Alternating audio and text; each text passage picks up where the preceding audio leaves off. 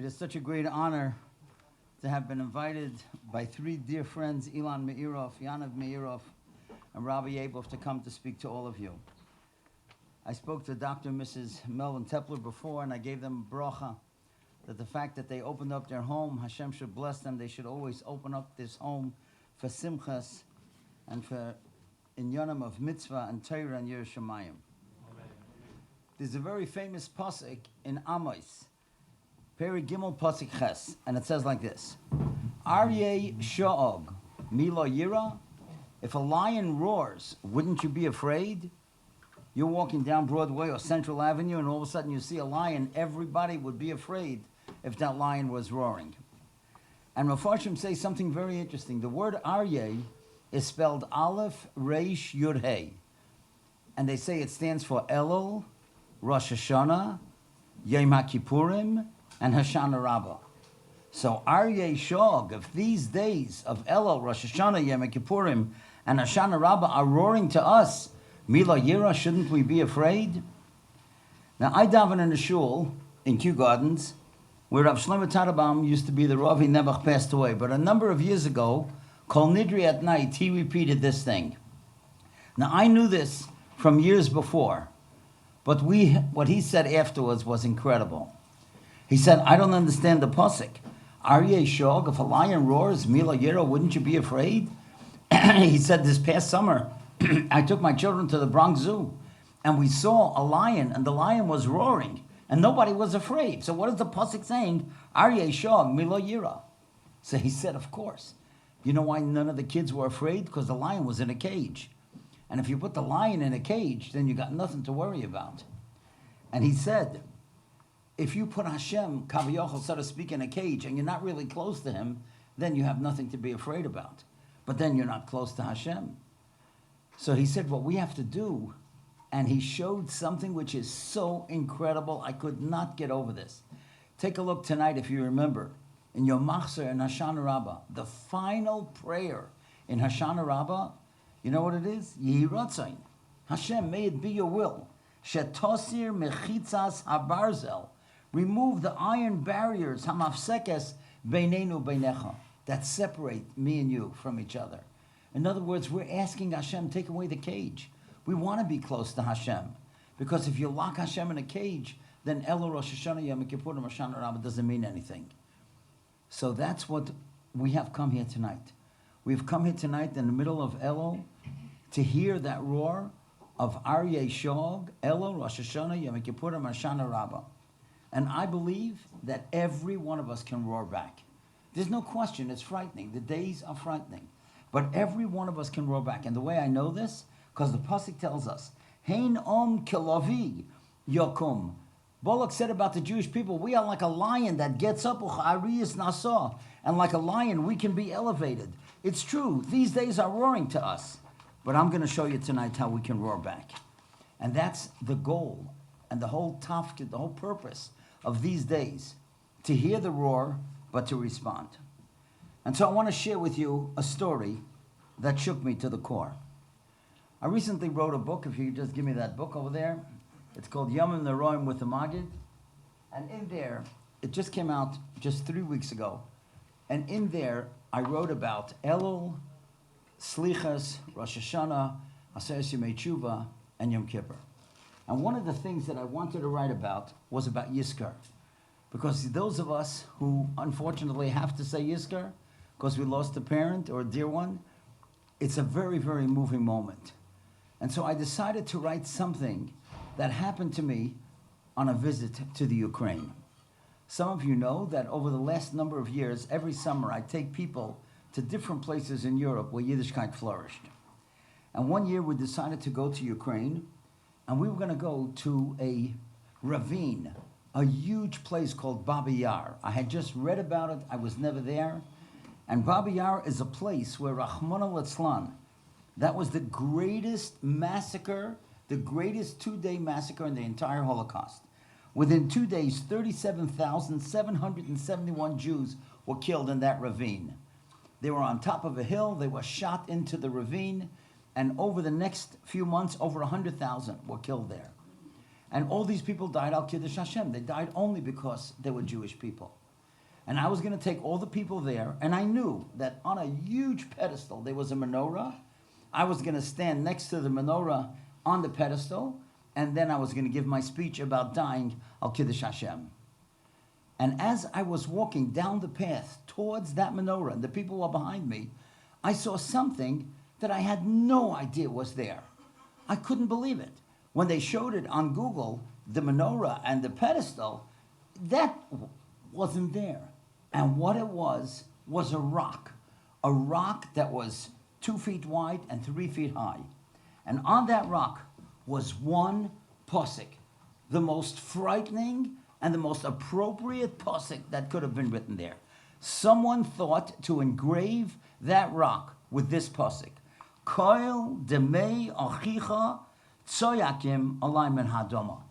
Hashem said to Cain after he killed Hevel, the voice of the bloods, Lashon Rabim, plural, of your brother are screaming to me.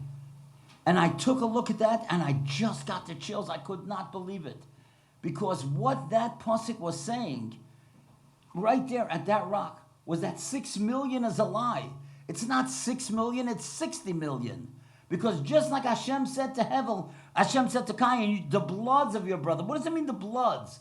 He killed him, the blood of his brother. No, Rashi says, Damoi v'dam zaroisav, the blood and the bloods of his children that could have been born from him. And that's what it's all about. That's what Hashem was saying. You didn't just kill Hevel, you killed all his future generations. And that's what I said to the people. That's when we stand at that ravine. It's not only those people that were killed here, it's all those that could have been born, the hundreds of thousands, the millions that could have been born. And the reason that I tell you all of this, because we are standing at the threshold of the annihilation of Bukharian Jewry. What Rabbi Elon was telling us is that there are thousands of children. He didn't spell it out, but many of them today are intermarrying, and we're losing them because they're in the public school system and because the parents accept now the secular ways of America.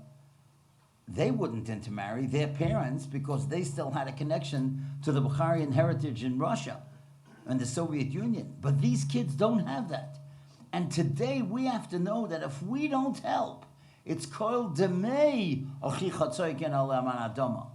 What the Meiros are telling us is that it's the future of these children and their children and grandchildren and great-grandchildren.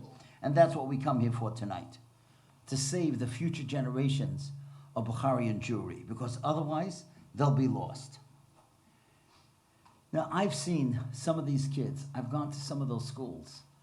I've spoken at Star of David, and you see these Bukharian kids and they're flourishing in Ezra and Or HaChaim and Shar Tzion. It's just incredible. And we can save these kids. We have to do it, and we can do it. Now, I want to tell you one of the greatest insights that I ever saw in the Klei Yakar, and I'm going to tell you a story that will just stun you. You know, everybody remembers the story how Yosef was telling his father, why are you switching your hands? Yaakov Avinu was going to give a bracha to Ephraim and Menashe, and Yosef thought Menashe, he's the oldest one, put the right hand on Menashe, the left hand on Ephraim, but the father switched it. And Yosef is telling his father, Tata, what are you doing?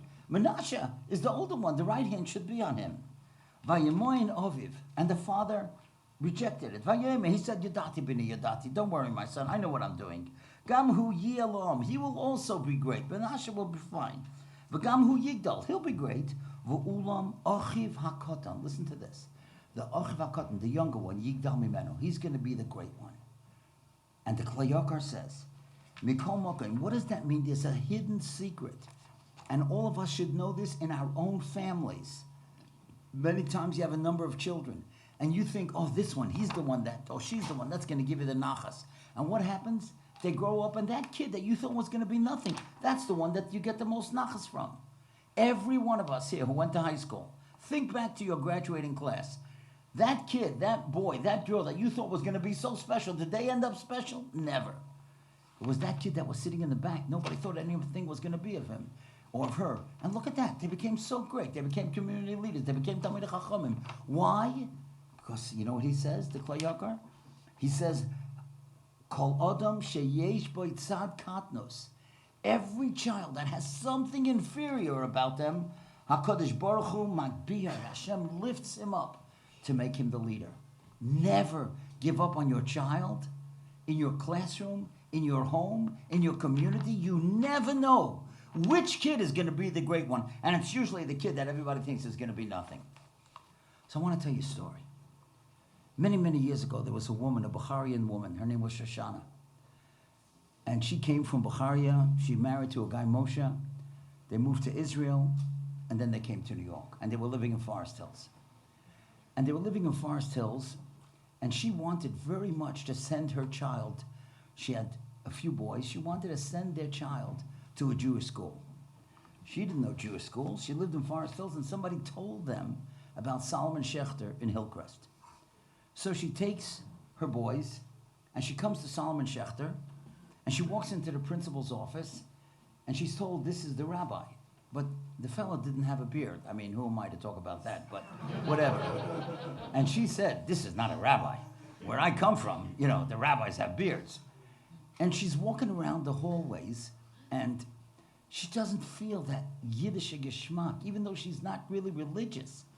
But she knows there's like a Jewish feeling, and it's just not here in the school. And the principal is trying to convince her to send the boys to the school. And she says, she'll get back to him. She comes back to Forest Hills, and she says to her friends, I was just in this school. I just didn't get that Jewish feeling. The rabbi had no beard. There was no rabbi's pictures on the walls. I just didn't feel right. So somebody said, there's a very Jewish school, very religious school right here in Forest Hills on Toronto Place called Or Yisrael. She goes in there and she sees Rabbi Shia Geltzeller. Now, I don't know if any of you had the schus to ever meet Rabbi Geltzeller. He was a tall, striking man with a long beard, a tremendous Talmud Chacham. He looked like Mashiach himself. He was very, very religious, and the walls were filled with pictures. Of course, she didn't know Rabbi Shlomo Zalman or Rabbi Moshe Feinstein and all the Rabbi Yaakov Kamenetsky, and the kids in one class were singing, and the kids in another class were davening, and another place they were saying Chumash and Mishnayos, and she felt, boy, this is the place.